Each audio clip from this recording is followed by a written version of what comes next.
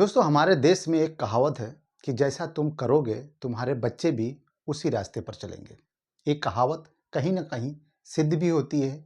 हम लोगों ने कई बार देखा भी है कि जैसी चीज़ें हम करते हैं हमारे बच्चे भी उसी रास्ते पे चल जाते हैं।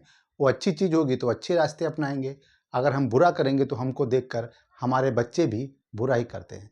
दोस्तों आज की कहानी में कुछ ऐसा ही होने वाला है। एक संपन्न परिवार जिसके घर में किसी चीज़ की कोई कमी नहीं होती, लेकिन किसी कारणवश मियाँ बीवी अलग रहते हैं।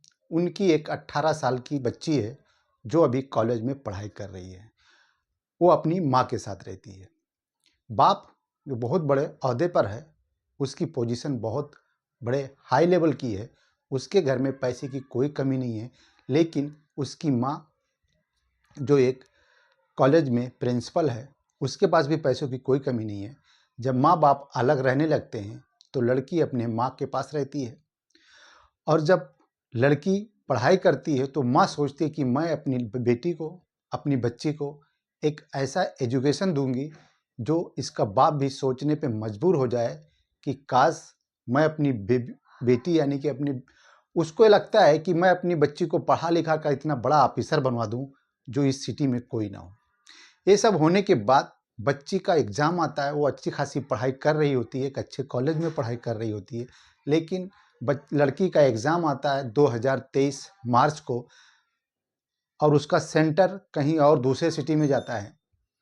तो उस माँ को परेशानी होने लगती है कि मेरी लड़की इतने सालों से मेरे साथ रहती है, लेकिन आखिर उसके साथ कौन जाएगा सेंटर पे। वो इसी उधेड़-बुन में खोई रहती है।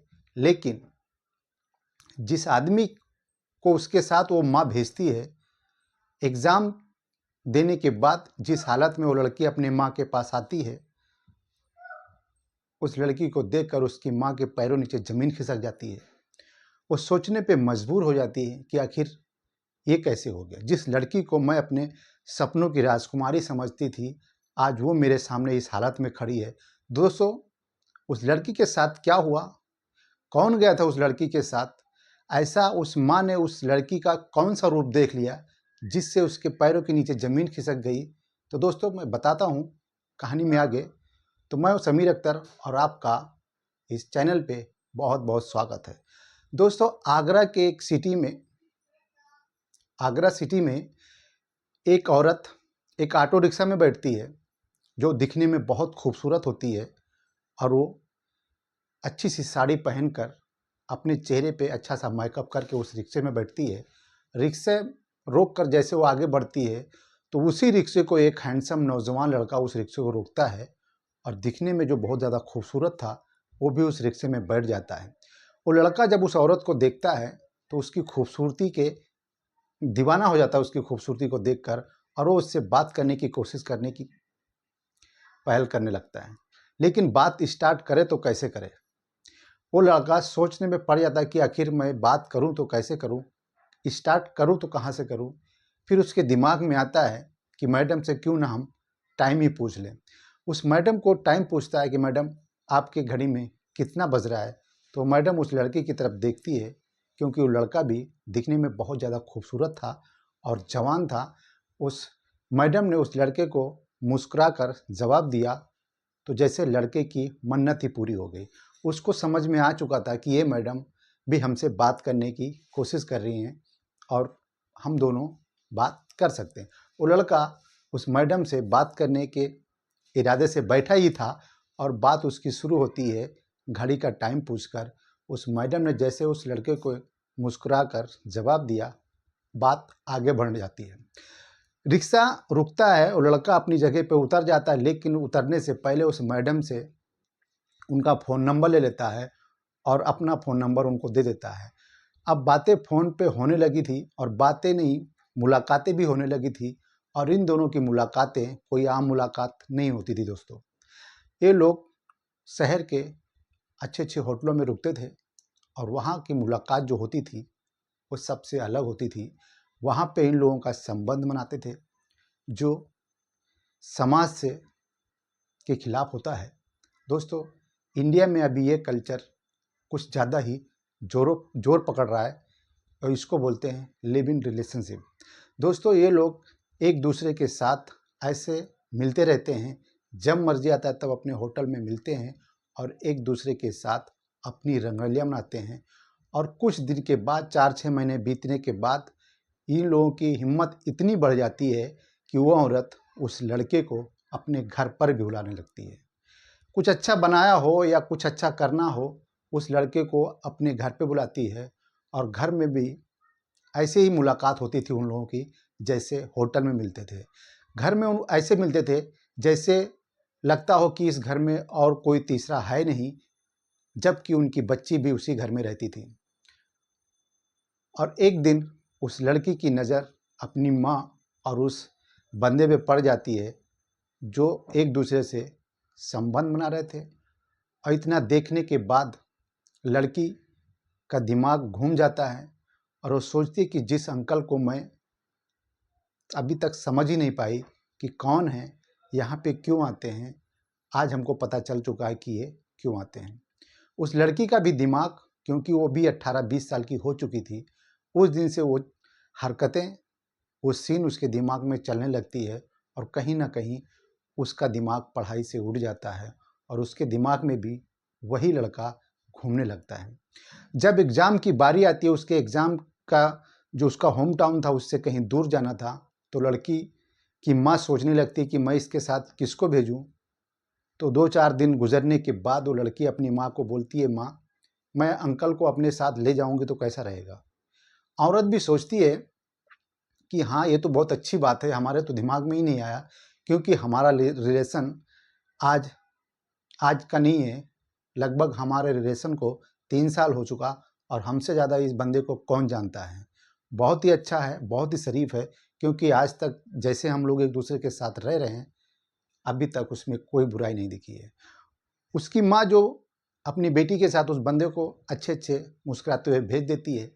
वो लोग जब अपने एग्जामिनेशन सेंटर पे पहुंचते हैं, वहाँ पे एक होटल रूम लेते हैं, जिस रूम में उन दोनों एक साथ रहना, उस होटल में ये दोनों एक साथ रहने वाले थे। और रात में जब ये दोनों खाना पानी खा के अपने अपने बेड पर पहुंचते हैं, तो वो लड़की कुछ ऐसा कह देती है कि उस लड़के के दिमाग चकरा जाता है। वो सोचने पे मजबूर हो जाता है कि ये लड़की ऐसा कैसे बोल सकती है। वो लड़की बोलती है कि अंकल मैं तुमको बहुत दिन से पसंद करती हूँ और हमें पता नहीं था कि तुम मेरी माँ के साथ रिलेशनशिप में हो। इससे पहले मैं तुमसे प्यार करती हूँ और अगर आपको अंदाज़ा ना हो मेरे प्यार का, तो आप मेरे साथ वो सब कर सकते हो जो मेरी माँ के साथ करते हो। और मैं आपको यकीन दिला सकती हूँ कि आपको अपनी माँ से ज़्यादा प्यार करूँगी और उनसे ज़्यादा मज़ा दूँगी। इतना सोचकर उस लड़के के दिमाग में ख्यालों पुलाव पकने लगते हैं। वो सोचता है कि एक तो माँ है वो और ये उसकी बेटी है। उस आदमी को उस लड़की को समझाना चाहिए था, लेकिन उसने ऐसा कुछ नहीं किया और वो दोनों रात में एक दूसरे से अच्छी अच्छी बातें करते हैं। दोनों एक दूसरे के साथ बेड शेयर करते हैं और सुबह उठते ही एक मंदिर में जाकर शादी कर लेते हैं। शादी करने के बाद वो अपना एग्ज़ाम देती है और लड़की एग्ज़ाम देने के बाद जिस हालत में वो रूम पे आते हैं, रूम को सजाया जाता है। वो लोग बाकायदा एक दूसरे के साथ सुहाग रात जैसी रात बिताते हैं। होटल मैनेजमेंट उनके सुहाग रात को और स्पेशल बनाने के लिए उनके रूम को सजा देता है।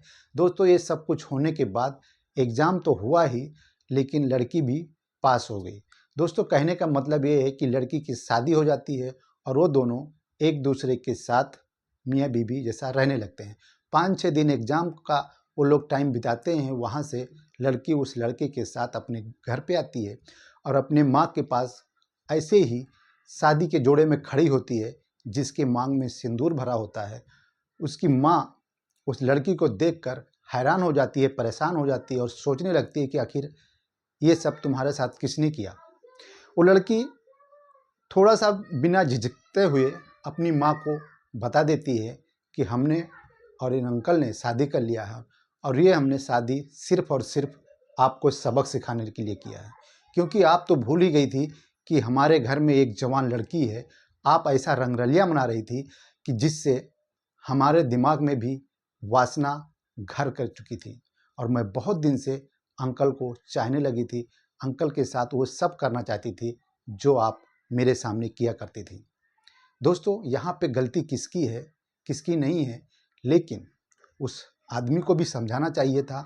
और सबसे बड़ी गलती मैं बोलूँगा कि इस औरत की है, जिसने अपने घर में अपने आशिक को बुलाकर अपनी ही बेटी के साथ ज़बरदस्ती यानी उसके साथ भी संबंध बनाने को मजबूर कर दिया।